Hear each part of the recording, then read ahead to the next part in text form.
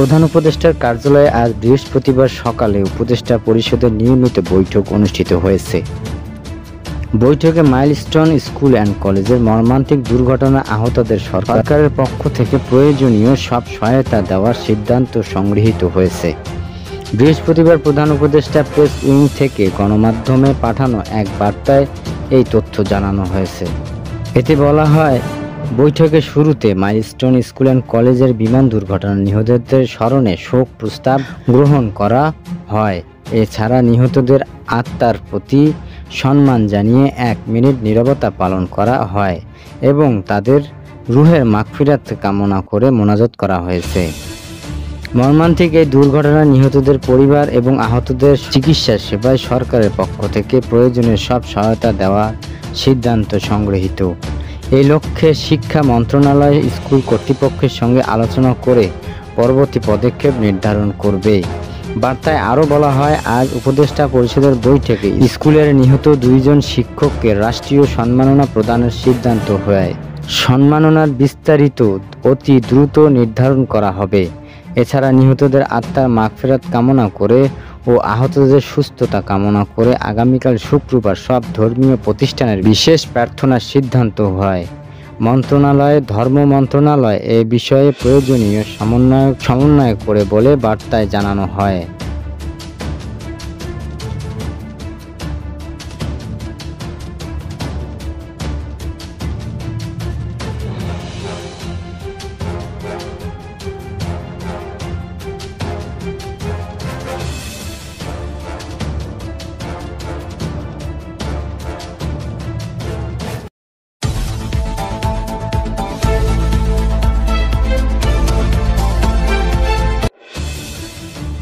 স্থায়ী সরকার নির্বাচনে দলীয় প্রতীক থাকছে না বলে জানিয়েছেন স্থায়ী সরকার, পল্লী উন্নয়ন ও সমবায় এবং যুব ও ক্রীড়া মন্ত্রণালয়ের উপদেষ্টা আসিফ মাহমুদ সজীব ভুঁইয়া। দুপুরে নিজের ভেরিফাইড ফেসবুক পেজে এক পোস্টে তিনি এই তথ্য জানান। পোস্টে আসিফ মাহমুদ লিখেছেন, স্থায়ী সরকার নির্বাচনে থাকছে না দলীয় প্রতীক। আজ উপদেষ্টা পরিষদ বৈঠকে স্থায়ী সরকার বিভাগের কর্তৃক উত্থাপিত ও সংক্রান্ত 4টি আইনের সংশোধনীয় অনুমোদন করা হয়েছে। এর আগে গণ-অভ্যুত্থানে ক্ষমতাচ্যুত আওয়ামী লীগ সরকার আইন সংশোধন করে স্থায়ী সরকার নির্বাচন দলীয় প্রতীককে আয়োজনের বিধান চালু করেছিল।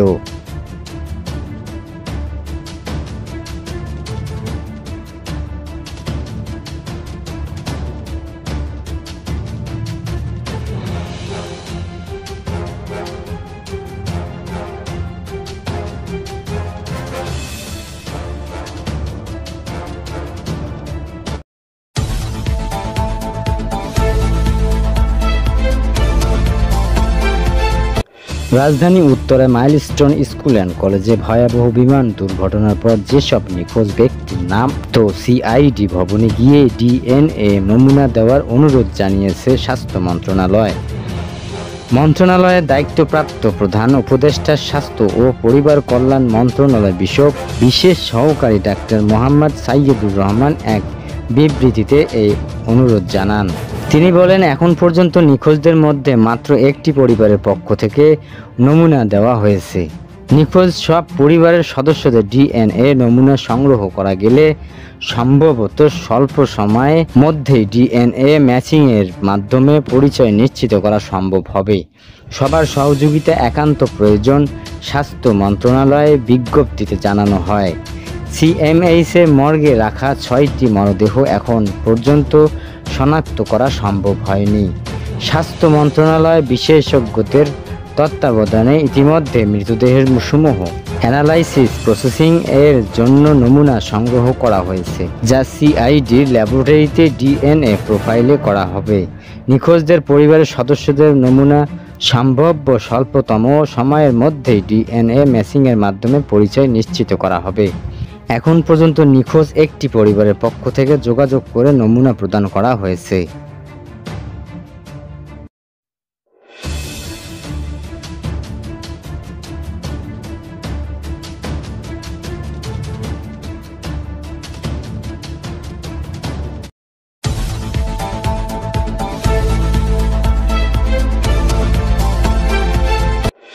ঢাকার উত্তরায় মাইলস্টোন স্কুল অ্যান্ড কলেজের বিমান বিধ্বস্তের ঘটনায় শিক্ষা মন্ত্রণালয়ের কার্যক্রমে কোনো গাফিলতি হয়নি দাবি করে শিক্ষা উপদেষ্টা আর আবরার জানান, নিজ থেকে পদত্যাগের ইচ্ছা নেই তার, তবে নিয়োগকর্তা যদি সরে যেতে বলেন তাহলে তিনি চলে যাবেন।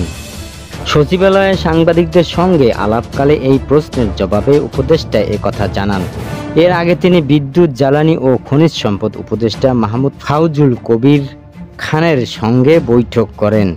রাষ্ট্রীয় শোক পালনের দিনে মঙ্গলবার শিক্ষার্থীরা সচিবালয়ের সামনে বিক্ষোভ করেছে। তারা সচিবালয়ে ঢুকে পড়েছিল। শিক্ষার্থীরা আপনার এবং শিক্ষা সচিবালয়ের পদত্যাগ দাবি করেছেন। ইতিমধ্যে শিক্ষা সচিবকে প্রত্যাহার করা হয়েছে।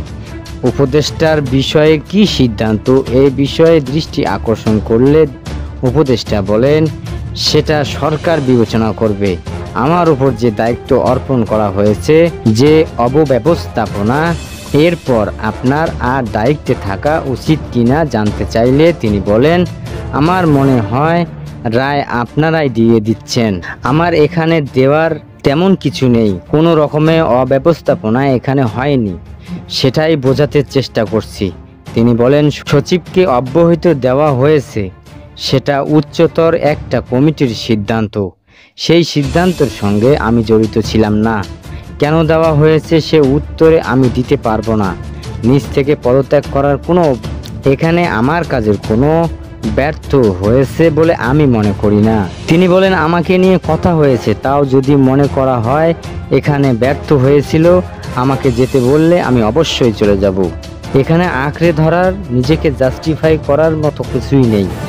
পরীক্ষা পেছানোর বিষয়ে তিনি বলেন, পরীক্ষা পেছানোর সিদ্ধান্ত হুট করে নেওয়া হয় না, একক সিদ্ধান্তে হয় না, এই জন্য দেরি হয়েছে। এই জন্য গভীর রাতে পরীক্ষা পেছানোর সিদ্ধান্ত নেওয়া হয়েছে। পিছিয়ে যাওয়া পরীক্ষার তারিখ দ্রুত সময়ে জানিয়ে দেওয়া হবে। শোক প্রকাশ প্রসঙ্গে তিনি বলেন, শিক্ষা মন্ত্রণালয় রাষ্ট্রের অংশ। প্রধান উপদেষ্টার দপ্তর থেকে শোক জানানো হয়েছে, এই জন্য আলাদা করে কিছু বলার প্রয়োজন নেই।